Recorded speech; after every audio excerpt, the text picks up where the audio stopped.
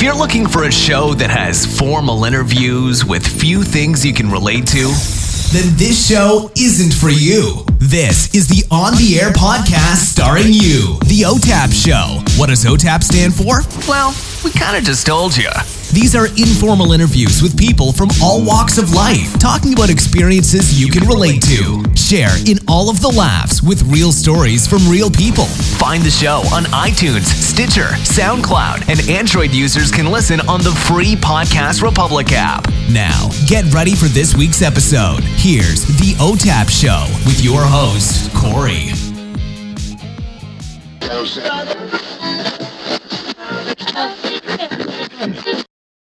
What up, everybody? It's your boy Smooth Over, aka Real Ghost Fight. Hey, this is Nikita, aka Jakari Star. Yo, what's good? This is your boy Bob. This is Kaya, aka Black Honey. Hey folks, this is Corey, the host for Metal for Brains. Hey girl, she's so pretty. This is Greg, the infamous New Age Ike Turner. Kicking it with the homie Corey, aka The Real Shitty. Now you're listening to On the Air Podcast. And you're listening to the On the Air podcast. The On the Air Podcast. The On the Air podcast. Starring you. Starring you. Starring you.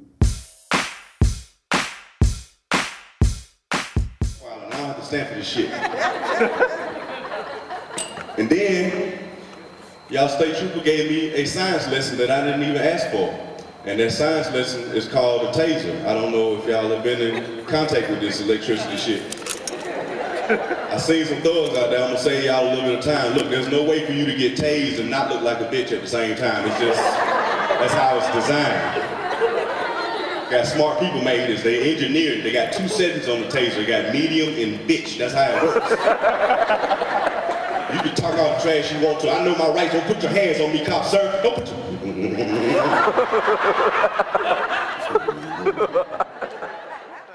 For everybody, I know this might not be the cool thing to say when you get on stage, but basically, just for me, being able to be here and, do what I love doing, I want to thank Sweet Baby Jesus for being here. But at the same time, I also want to tell Sweet Baby Jesus that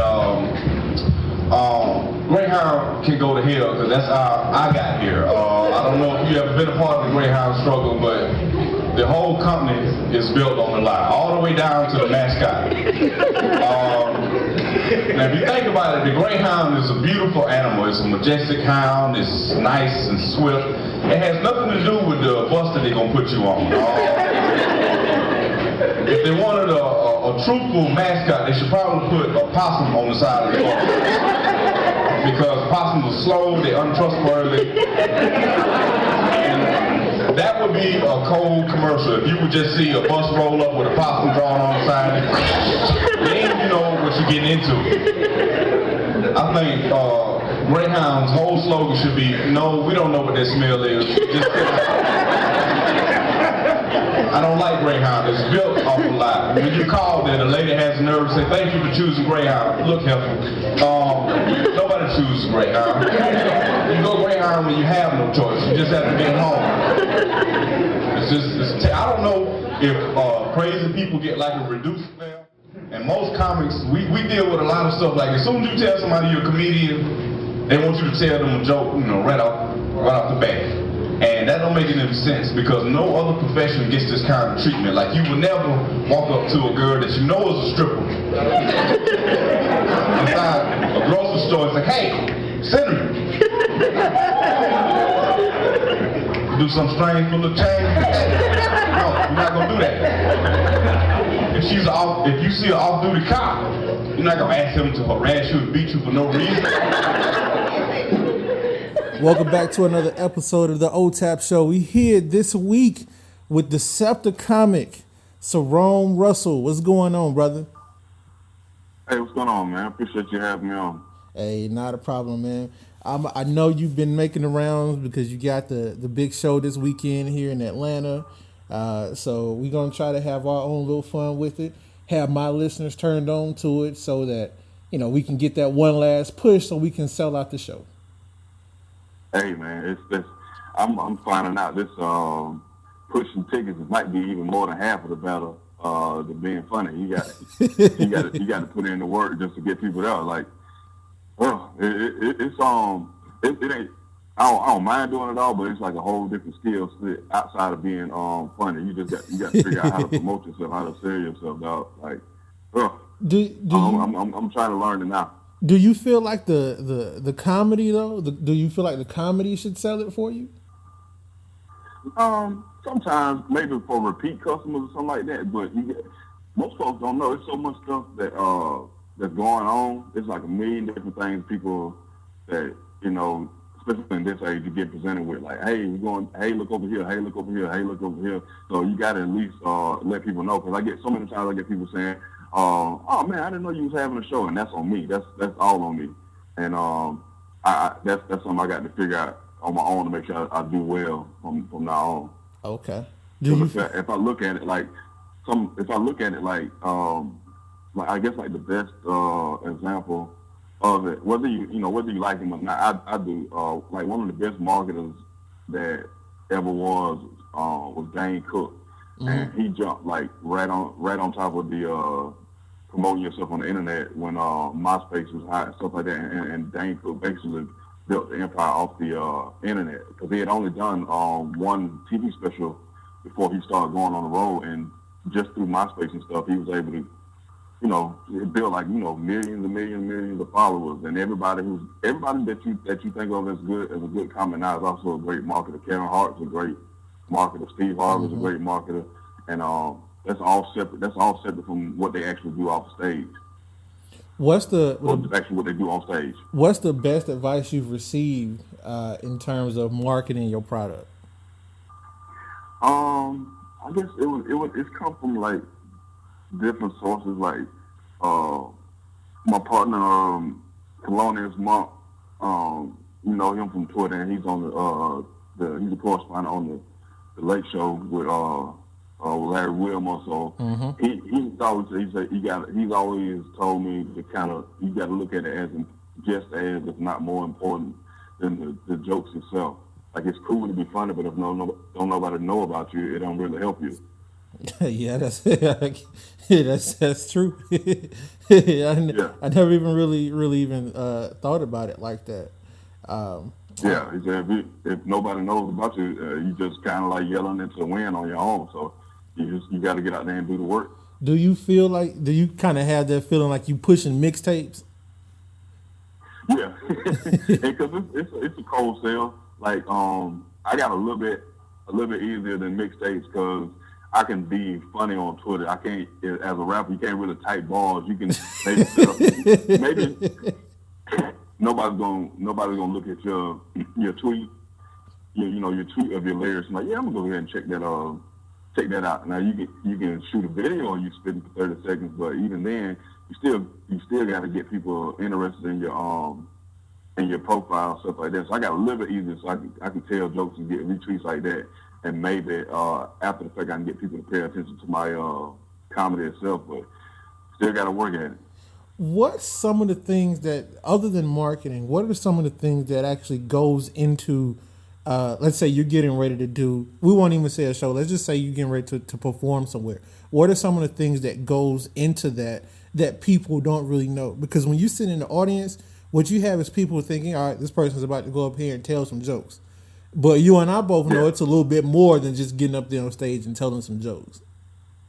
Yeah, it's always more behind the scenes than folks know, because it's like, especially for people at my stage of the game, if it's out of town, I gotta try to figure out how I'm gonna get there, how I'm gonna pay for that, how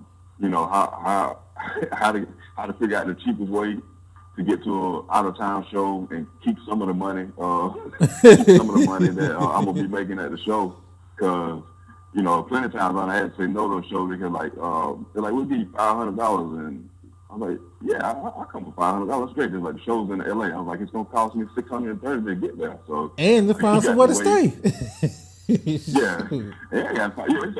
just $630 to the airport. That's just LAX. I ain't even got to ride to the venue yet. So you got to as a comic, especially myself, you gotta weigh the pros and cons. Like, is it one of them things where it's a building show, or is it really just not worth the time? Like, it's always cool to be on stage, but at least sometimes, like when you first get in the game, I would say that to comics, like take every chance you can to get on stage. Don't go broke trying to do the shit. But if you got a chance to get on stage in your city like 4-5 times a week without no problem in your other part of your life, go ahead and take that. But for me, at least, that's one part of it that I don't think people understand, like all the planning and shit that goes into get into it. And then just preparing, man. Like, I got to figure out I got to kind of look at what kind of show it's gonna be. What I've said before, have these people seen me before, and all kind of stuff like that. Like how long it was set. Do I have this time out? So preparing to talk for an hour is hell. Like, and to be fun, yeah. It ain't like a regular speech. So like a regular speech, as long as you got your information right, ain't nobody paying you to be interested. They just paying you to know what you're talking about. But I got to figure out a way to be entertaining for a whole hour. And that's a lot of talking. Mm-hmm. Without having to repeat some of the stuff. Yeah. Yeah, can't even do that. It ain't like, I can't. That's another thing that's different from comedy and at least performing music. Ain't no greatest hits. I can't just go back up and do the stuff that y'all like before. That ain't gonna work. Like Chris Rock, as much as you might love the nigga versus black people bit, you ain't coming to see it again. Not now. You want to hear some other stuff. Right. Exactly. How long have you been a comedian?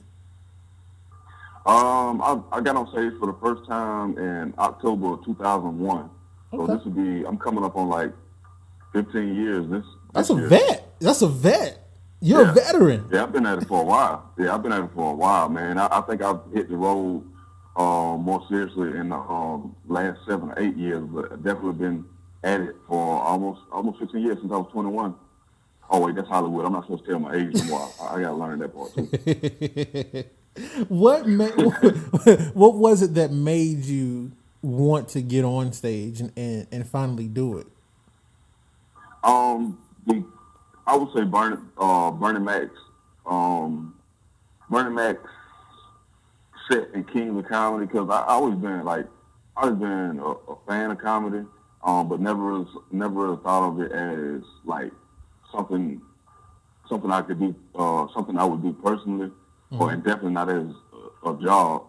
So when I saw Bernie Mac thing, I never even really looked at it as a job. When I saw him, I wanted to make somebody feel the way he made me feel when I saw him on stage, because I thought I was dead ass finna die when I watched Bernie Mac sit on the on the Kings of Comedy. Like him downstairs. I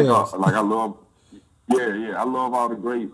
Love Richard Pryor, love Eddie Murphy, love Red Fox, George Carlin, people like that. Yeah, but as far as like a personal level, well, nothing that stuck out to me like Bernie Mac's set did, and that was just, that shit changed. That really did change my life when I saw that. That's good. Have you had a chance to meet any mainstream comedians? Yeah, I met a lot of people since I've been doing it, and most of them, I think I would say like 99.9% of them, it was a good thing meeting them. I got a chance to meet Kevin Hart. I opened up for Sinbad, opened up for Hannibal Buress. Okay. I know Roy Wood, I know Clayton English, who just won Last Comic Standing. Yep. And I actually know me, him, and Carlos was on a show on BET called Hell Date, like maybe 9-10 years ago. So you did Hell Date? We all used to do. Yeah, I did the second season of Hell Date. I gotta find the clip and put it on my website with the little devil that used to run out. Yeah, with the little devil. Yeah, so I was one of the cast fooling people and stuff, and I don't even know if you can find it on the internet, because I think it was something went down between the producer and the network. They like scrubbed the whole thing. Oh man! I had one person tweet me that they found it on like on demand on demand somewhere, but I hadn't even seen much of it myself. I kind of Hell. I used to love Hell Date, man. Oh man, it was dope. That's what's up. What's the best advice you've received from one of the mainstream comedians? Probably Rowood Jr. was real big on telling me about the, uh, the the college circuit and how to make a living touring colleges, and he really explained the process to me because like if you're looking at it from the outside in, like as as a comic, you see people performing at colleges, but there's no way to like cold call them and ask to get on stage because Right. there's a whole process to getting booked at a college that they don't even tell you about. It's like two secret societies that you got to go to. I'm gonna mention it right now. If you're a comic or a performer and you want to perform on college campuses, the two organizations that do it are called AFCA, APCA. That's like the American Program for College something or another, and the other one is called NACA, NACA, and those are the two places that run the showcases where artists come to get seen and sometimes picked up by agencies and stuff like that. So those are the only two ways to get the big money shows on college campuses. That's dope because I noticed that you do you took that to heart because I noticed you do quite a few college campuses. I think it was Broward College. Was that Broward College where you did the Greyhound set? Was that the one? Where you? Yeah. I did Broward College. This is like a couple years ago. I need to get my ass back on the college circuit more. It's like an upfront investment. I'll let you folks know that it's like an upfront investment. If you're gonna do these showcases, you probably end up coming out of pocket maybe like $1,500, $2,000 to get in one of these conferences and showcase and stuff. But you can charge like $2 or $3 a show, so you make your money back. And that's like non-famous people can charge that much. But you can charge what you want to. You can set your own price. Because that's how it happened to me. I had saved up all my bread from doing local shows out in Kansas City, and then like put the last of my unemployment check. Like I went down to my last dime to pay for it, but it worked out good because I ended up with like maybe like 40 shows that year. Yeah, so it worked out good for me. It was a gamble, but I was prepared. I had the material by the time I got there. Like if you're a comic, you need to be ready to do. You need to be ready to headline. You need to have like 30 or 45 minutes of material if you're gonna go tour colleges. And I guess if you're a band, you need to at least have one CD you can play all the way through if you're gonna go perform, or at least be able to do real good covers or something like that. But it was good. I wish somebody had told me about taxes. God damn, I didn't know about that. I see how celebrities get caught up because Uncle Sam came looking for my ass come April. I didn't know nothing about it. That was my first time with some real money in my pocket. I spent all that money. I was paying bills, enjoying life. Man, Uncle Sam was like, you have a good year last year? Like, I did. He's like, cool, I want 33.3% of your good last year. I spent all that. That's crazy. With the so let's fast forward a little because I want to kind of get this early in the beginning. Let's talk about the Decepticomics and how the Decepticomics formed. It was like look at a draw. Like all of like for four of us. So John, Dale, Mike, and John actually live in the tri-state area.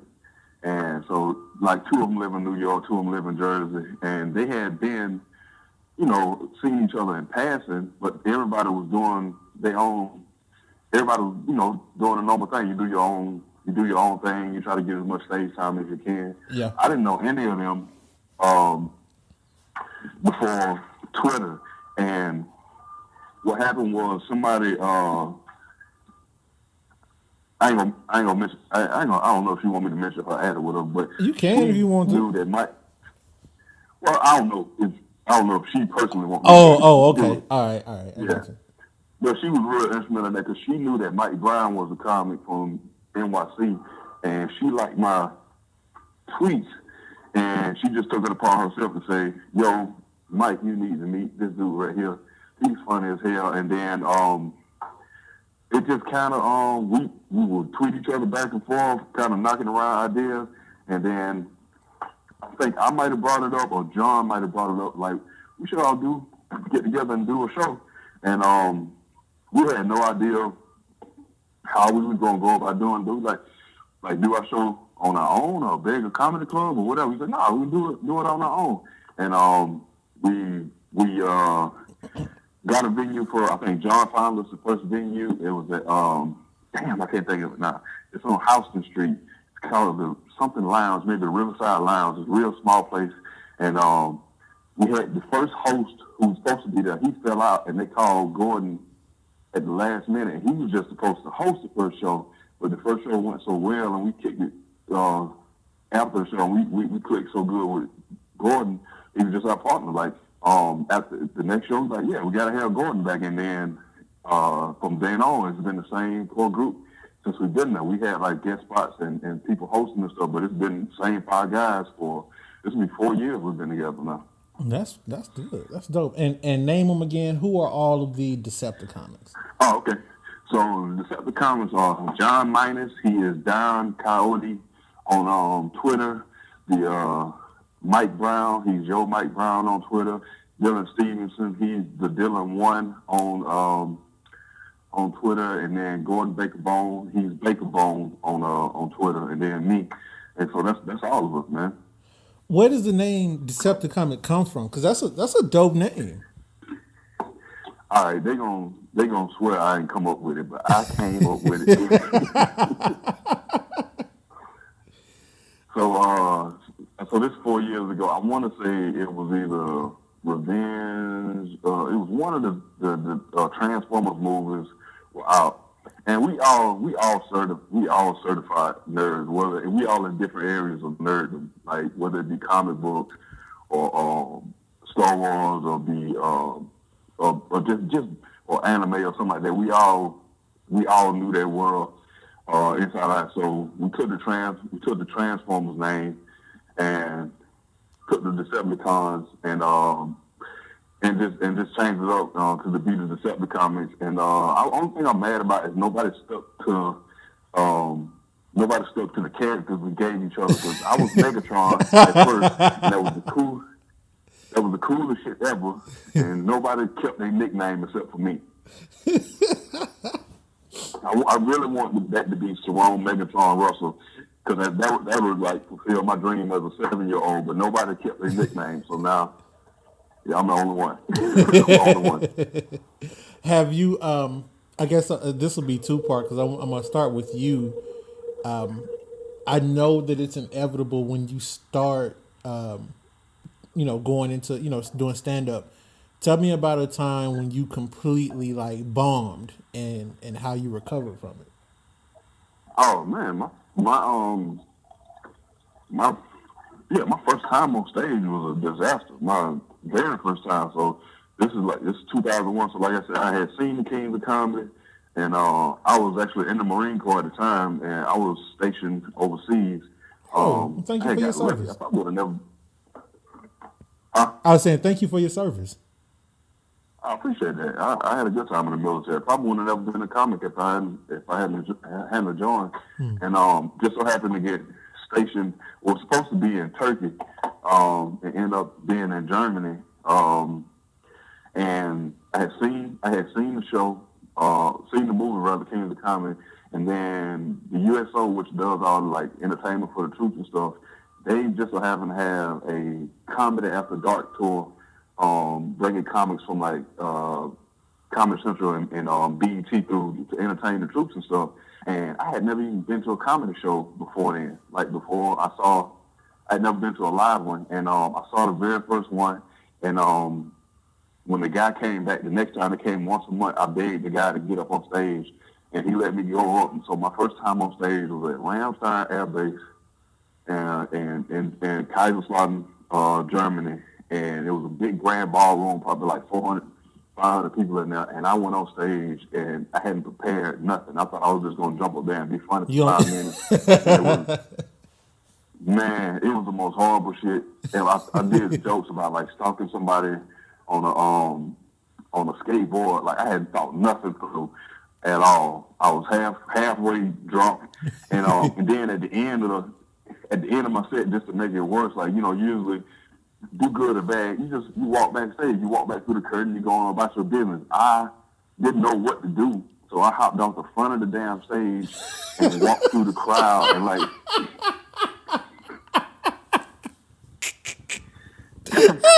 And it was horrible, man, because like women would like pat me on the arm and on the shoulder as I was walking through, like, you did good, you did okay.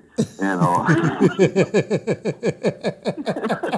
so and like people were like snickering and shit as I went by, and I was like, yo, this is like, I went straight to the bar. I was like, that's it, I'll never do that shit again. And luckily, one of the comics, his name is Nima Williams.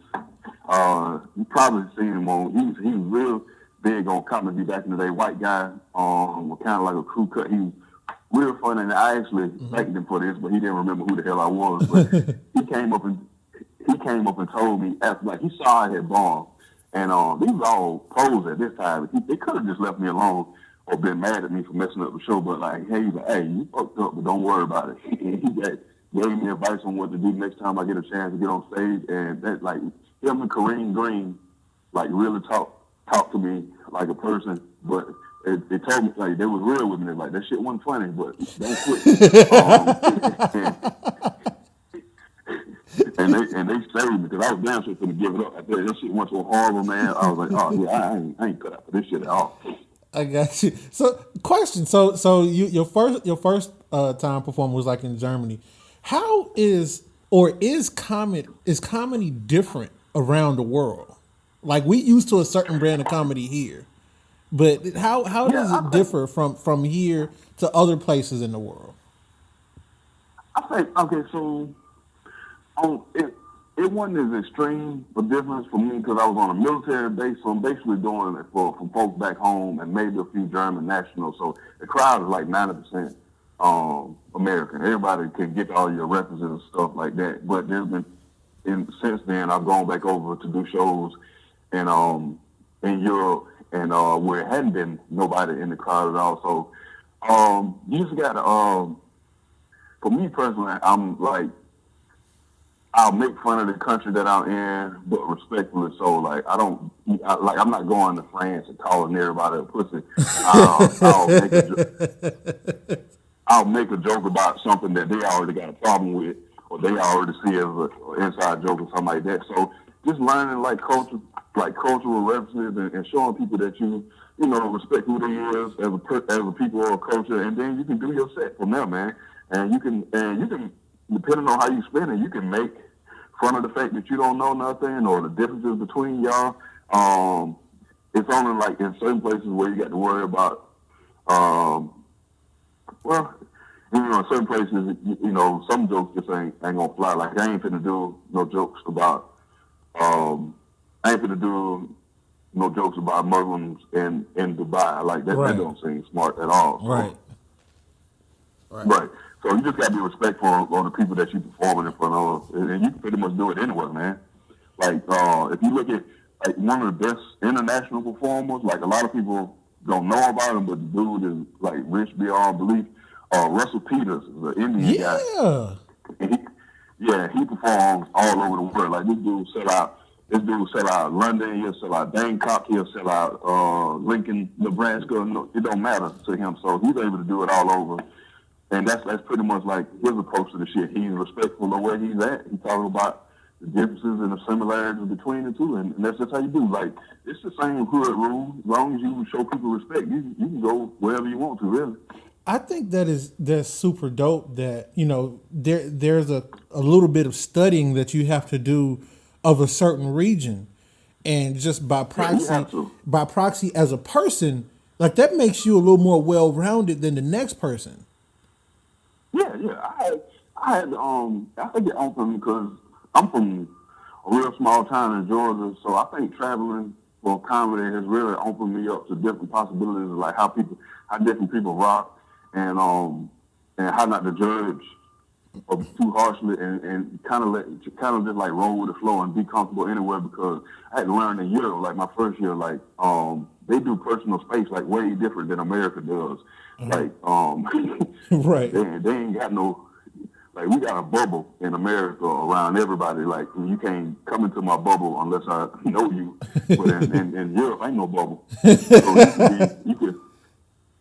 So if you having a conversation, if you have a kind of conversation with a German dude, he might throw his arm around your shoulder. He just met you like 5 minutes ago. It don't mean nothing to him, you know. And he ain't trying to be disrespectful. But at the same time, if you was in like L.A. and a stranger put his arm around you at the bar, you need to find out if this dude trying to fight or flirt with you. Because something's up. That means something in America, but it might not mean nothing overseas.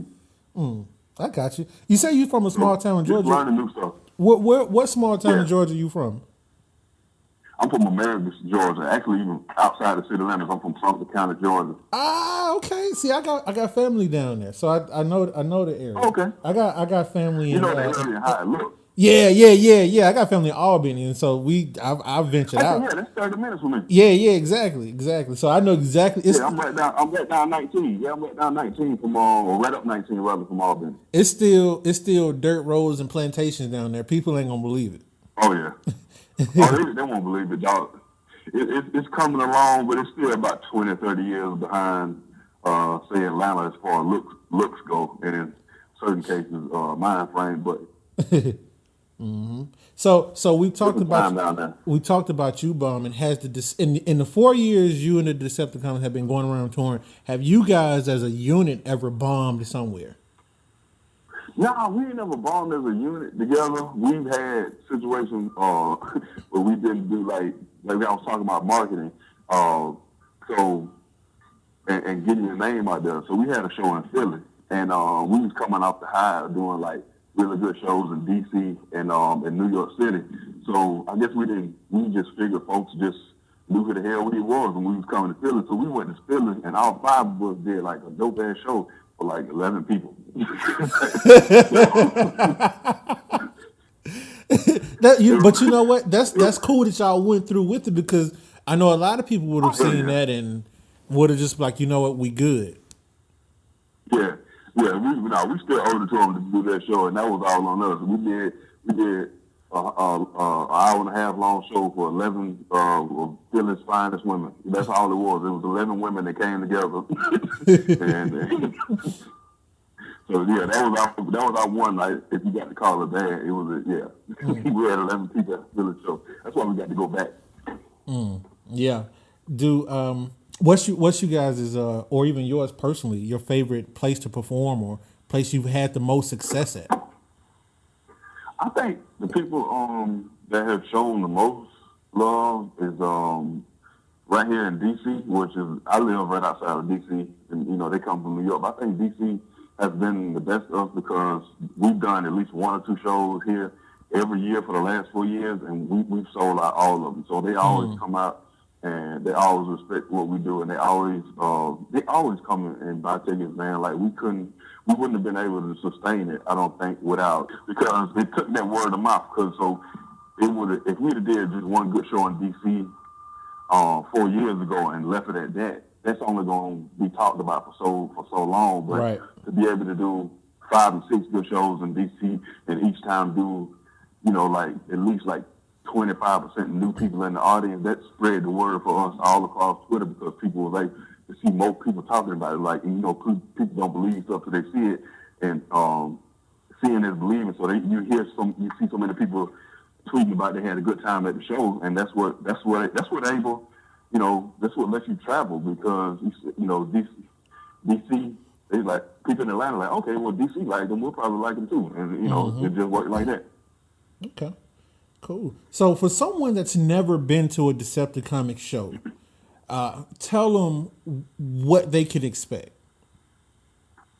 Okay, it's going to be a little bit different than you might expect, because we got 5 black comics, and it ain't going to be like the traditional, like, type of comedy that we all grew up on, as far as like joning on the crowd, talking about women ain't shit, and white folks do this, and man, I love weed or shit like that. Like, and there ain't nothing wrong with that. There ain't nothing wrong with that. But there was so many bad black comments that did that, trying to copy off the good guys. That they like ruined it. They made them subjects like, man, I'm sick of hearing about women be shopping, just like Dave did in the Eddie Murphy movie. So yeah, so it became like in some places, people who really them weren't necessarily out to be comedians. Mm. So when you come to see our show, you're gonna get a different perspective from all five of us. Like, I'm married with kids, but Gordon ain't. So me and him ain't gonna talk about the same thing. Gordon, Dylan's gonna talk about something different because he's a little bit younger than all of us. John is his own kind of monster, so he's gonna come at it from. You ain't even seen nobody like John Minor, so he's gonna come at you with some stuff that you wouldn't even be thinking about. So it's we don't go for the common lowest denominator with our crowd. Like, we give our crowd credit for how smart they is and stuff that they read, shit that they check out. Like, we know we ain't got to do a certain type of comedy and play down folks. We just can go out there and be ourselves. You have a podcast, the Bad Advice Show, right? Yep. Tell us about it. That's something Gordon decided to do after me and him had traveled to do a casino show a couple years ago up in Connecticut, and we've been doing it for about a year and some change now. And basically, we basically just get on there and just ramble. You got two professional comics who think on their feet, and since both of us so damn ridiculous, everything one says the other can keep going on about for like 2 or 3 minutes. And it's, we'll throw in some pop culture news or just political news in general. And then for the bad advice part of it, we used to have, and we used to take listener letters, and 9 times out of 10, Gordon would tell them the worst thing possible to do in this situation. And I was like, okay, what Gordon told you is illegal, so don't do that. And we try to do it like that. Mm. I got you. Another thing that I like from you that has me rolling is Ugly Suit News. Yeah, I got to bring that back, man. It's like it was just a matter of time and setting aside. Because you put together your own show, like how much work going into putting out an hour podcast. So it ain't just an hour talking. It's a couple of hours you got to spend editing. It's a couple of hours you got to spend uploading all that shit. So it's just as soon as I get the schedule for it, I'm gonna bring it back. One of the things that I wanted to ask you about from one of the episodes I saw of Ugly Suit News is the 3 worst white people in history. You listed Adolf Hitler as number 1. You listed Dolph Lundgren as number 2, and Donald Trump. Yeah, I still stand by. Even though Donald Trump is doing his damnedest to climb up the rankings, I still stand by Dolph Lundgren at number 2, just because of the damage he did to my psyche in Rocky 4. Like, I was going to ask you, was that why you hit number 2? Yep. If he dies, he dies. He's always played. He's an underrated movie villain. But every time he's in the movie, man, they don't just make him just like a regular villain. He be crushing people's spirit. Like, even in like Universal Soldier, you remember that one? He's like, there was no need for him to be fucking with John Claude Van Damme. He came back from the dead, still an asshole. He's like, he could have started a whole new life. Every time I recently watched Rocky 4, and every time I'm like Apollo, don't take the fight, man. Don't do it. Yeah. Just don't go, take the man. fight. I'm screaming at the screen like, it's an exhibition match. What is wrong with you? And I was like, oh, this is terrible, man. I was like, if that happened in like real life, we definitely have to send a few drones to whatever country. Like, you couldn't do that. Mm-hmm. Like imagine somebody killing Sugar Ray Leonard in the ring. we got to go to war. We got to. Man. We got to. We got to. Sugar Ray Leonard. We got to. If one of the Klitschko brothers was to kill Sugar Ray Leonard, we got to go bomb the Klitschko clan off. Like we have to. Like that was unnecessary. You knew you didn't have to kill him. Apollo Creed was a national treasure. And a national treasure. I still say the movie. I still say the movie. I can tell it was written by Stallone because in real life, I don't think you can kill a man with abs like that easily. I don't know if you can do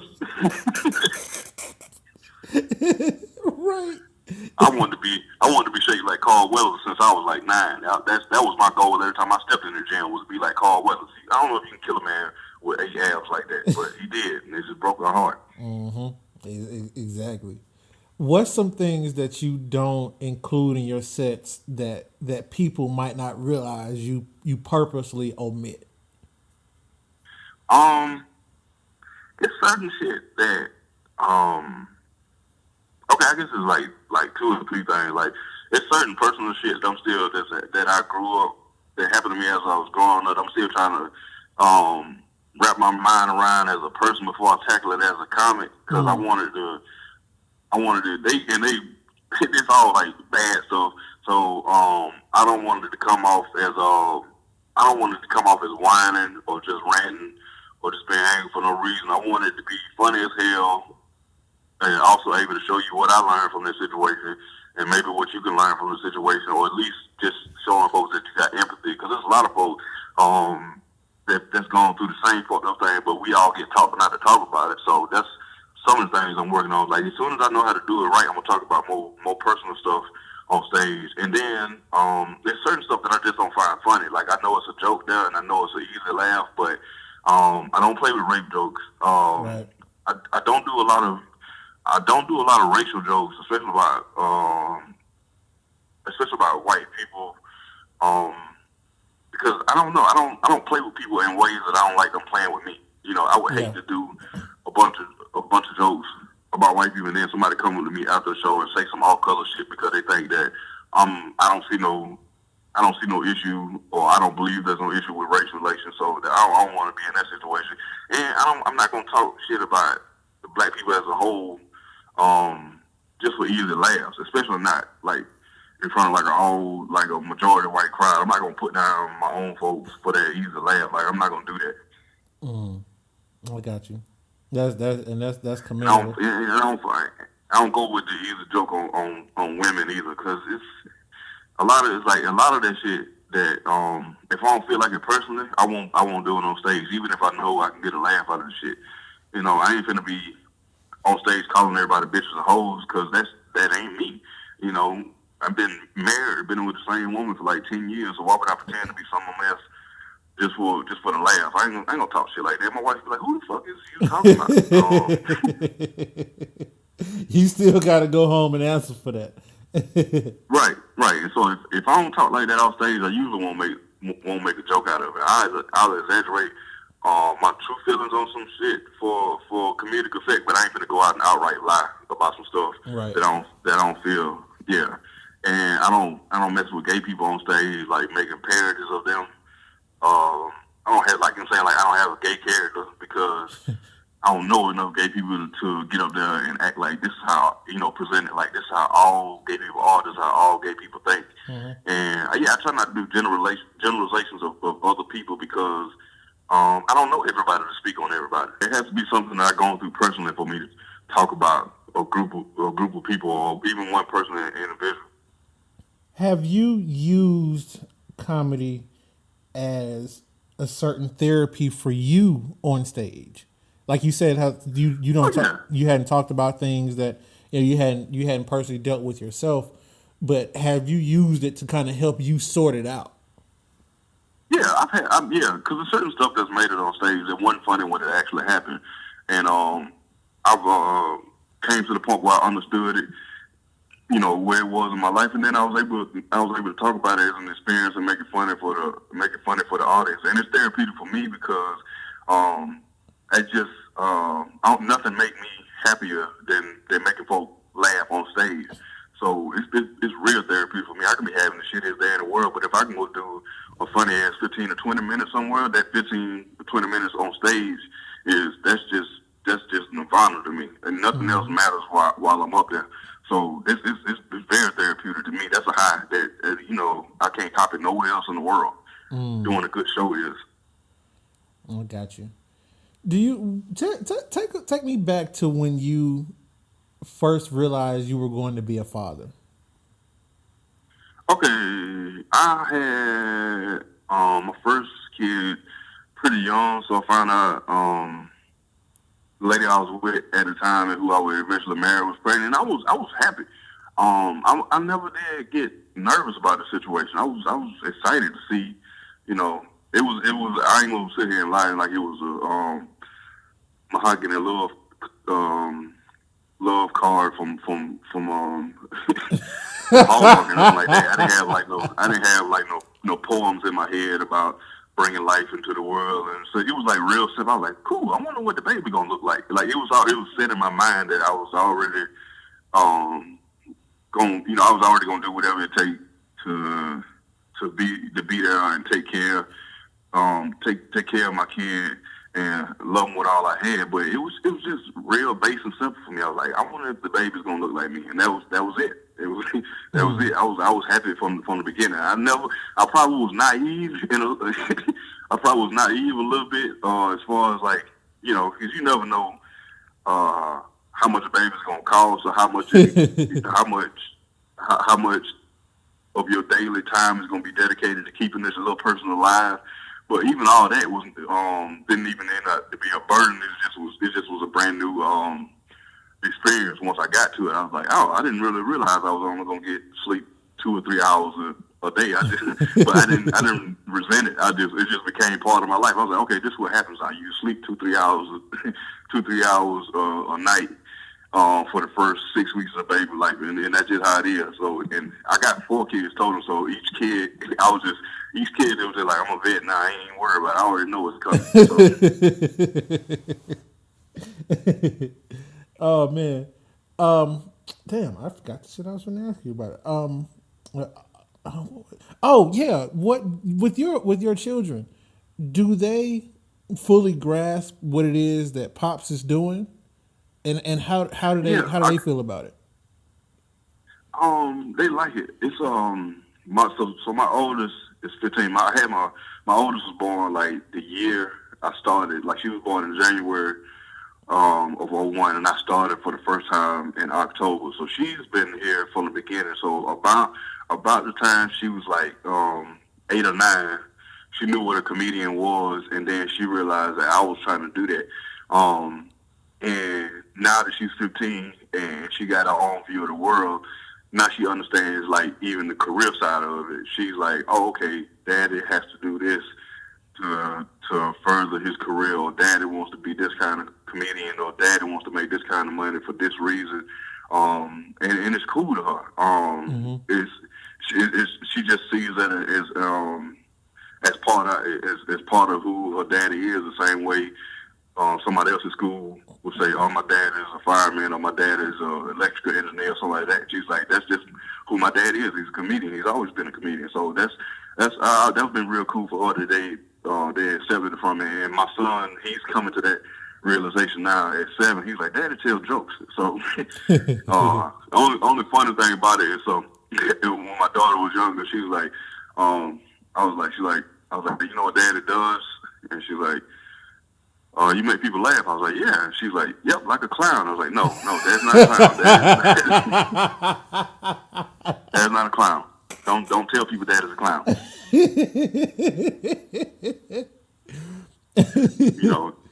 Or don't be telling people my dad is between jobs. No, your dad is between shows. He's still a comedian. Quit telling him to teach him unemployed. That's not completely right. I'm broke. I'm not unemployed. That's 2 different things. Right. Have you ever told a joke on stage, they heard it, and you had to come back and explain it to them? Not really, because I don't dig in them. I don't dig in them like that too hard. I'm gonna have to explain. I guess I have to explain to the younger ones because they got more recorded clips of me now. So I had to explain. Look, I might have said that I didn't like y'all on stage. I didn't really mean that. So I love y'all. Yeah. Okay. So they coming along to the age where they understand jokes are jokes and what you're doing. Mm-hmm. Yeah. They not just because of language. I don't let the youngest watch my stuff. I'm even still wary about letting the 15-year-old watch like too much cussing or too much adult situation that I might do on stage. I ain't vulgar, but I don't. You don't want the 15-year-old. I mean, even the 15-year-old. No 15-year-old wants to hear the daddy talking about eating vagina. That's just will ruin your life. Nobody want to hear that shit. Yeah, nobody want to hear that shit. Exactly. That's cool. Before we get you out of here, because I know I've been asking a lot of the questions. You have any questions you want to ask me? Nah, I was gonna wait till we got off air, but this is a real cute, cool interview. Like, real professional, real. I think I don't know how the hell I did it, but I learned stuff about myself doing the interview with you. I don't know how the hell you did that. So that's what you got right now. That's what happens on the OTAP show. We teach people about themselves. Yeah, y'all gave me some insight on Cerrome. I got to go sit down with some of this information. I appreciate it, man. I appreciate it. Anything else you want to ask? No, man. It's I think that's it, man. I think we need more shows. Need more shows like this. Because you give people a platform that ain't really available to that. You used to have to wait, until you was big time before anybody interview you. So it's cool that y'all are showing people along the way of their journey to wherever it is they're heading with entertainment or whatever it is they do. So I like that. Yeah. And plus, like, when you blow up and doing like Sinbad every year with HBO specials, I can be like, he was on the OTAP show. Yeah, I talked to. I was on there. I can go back and pull up the archives. Matter of fact, let me text him right now. Like, yeah, exactly. He got my phone number. Then I can come back and do the Rich Cerrome interview. That's gonna be a completely different one. We're gonna have to talk about my boat. We're gonna have to talk about the pet giraffe. We're gonna have a whole lot of shit we're gonna have to discuss. Right. Yeah. Exactly. Before some of my answers gonna change. Right. Exactly. You gonna have jokes about how your maid's looking after your nanny's looking after the children. Yeah, I'm gonna have like a whole set of Lamborghini jokes that I can't even tell right now because I ain't got no experience with that. I'm gonna have a whole set of Lamborghini jokes. Exactly. What you should do? You should do a whole set now, just in preparation. A whole set on Rich. Yeah. And at the end, be like, I ain't got none of that shit. Yeah. I ain't got none of that shit. I'm just bullshitting with y'all. Yeah. I never even owned a horse before. I just had them jokes on my spirit. Right, exactly. I needed to get that off. Yeah. Right. So go ahead and plug anything you got going on. Well, just tell us where they can find you. Anything you want them to know. All your plugs, all your shout outs. All right. So this week in particular, Tuesday, I will be in Richmond, Virginia at the Capitol Ale House headlining there. For anybody from Richmond, Virginia that's listening to that, we got a full week of comedy. The other guys, Gordon and John Minus, will be in Wilmington, North Carolina at the Cape Fear Comedy Festival before we pick them up and then hit the road for the big show. Saturday is all of us are going to be in Atlanta. The venue is called Union at East Atlanta Village, and doors open around 6. We're going to go on around 7. Tickets are still available. You can follow me on Twitter at Cerrome Russell. That's CerromeRussell, and the tickets link is in the pinned tweet on my profile. So they're still available. So we're looking for everybody to come on out, man. Have a good time. All right, cool. There it is. That's comedian Cerrome Russell. We want y'all to show up and show out Saturday, Deceptive Comics, and everything else that he got going on. Yes. This is just the beginning of many things to come. We're definitely trying to hit the West Coast as a group or individually. We're gonna pick it off as we can afford to get out there and do the LA scene, man. Do California. There's so many places that you can do in California. That's just they like different little states in their own mind. Going to Sacramento ain't nothing like going to LA, or going to San Diego ain't nothing like going to San Francisco. Yep. So it's California's so damn big that we could be out there for a whole week, basically, just doing shows. Mm-hmm. Yep, that'll work. Matter of fact, I did a show in San Luis Obispo, and folks in LA might not even know what the hell that's at. Yeah, that's like 5 hours. That's like 5 hours from LA. I just thought about it. Let me ask you this before I let you go. What's the worst venue you've ever been in? And I don't necessarily mean by worst by crowd, but sometimes I think they go hand in hand. But the worst venue. Oh man, I got a couple of stories like that. So when I first started, when I got back to North Carolina, there was no comedy clubs near the baseball station. So I used to go to bars and go to karaoke night, and I would sign up like I was gonna sing a song, and then I would tell jokes over the instrumental, however long the song was, and that either went okay or went terrible. So I did that for like a couple years, and then I did another bar show where it was finally gonna be me telling jokes, and then when I got there, we found out we didn't have an extension cord for the PA, so it would only reach as far as the bar. So I stood behind the bar between two working bartenders telling jokes for like 30 minutes. I had to time my jokes around the blender as they was making margaritas and daiquiris, and and I told them jokes to like maybe 4 or 5 people. So I've been through hell. I did strip club shows. I did everything, man. How does a strip club show work? Man, it doesn't. It doesn't. But you be so happy to get a chance to get on stage. You got to be real funny, because when people are in the mood for titties and you come out with jokes, you got a long hill to climb. Boy, you got to come with it. That's hilarious. That's funny. But Cerrome, thanks for doing the show, man. I appreciate you for coming on, man. I appreciate you having me, man. Looking forward to going back and hearing the episode. I'd like to thank our guests for coming on today. And if you'd like to be a guest on the show, send an email to otap@writeme.com. Follow the conversation on Twitter by searching the hashtag OTAP, that's OTAP, or following us on Twitter at OTAP Show. You can find the show on iTunes, SoundCloud, and Android users can listen to the podcast on Podcast Republic. Just download the app and search OTAP Show. On behalf of our guest, I'm your host, Corey, and I'll see you back here next week on the Air Podcast, starring you.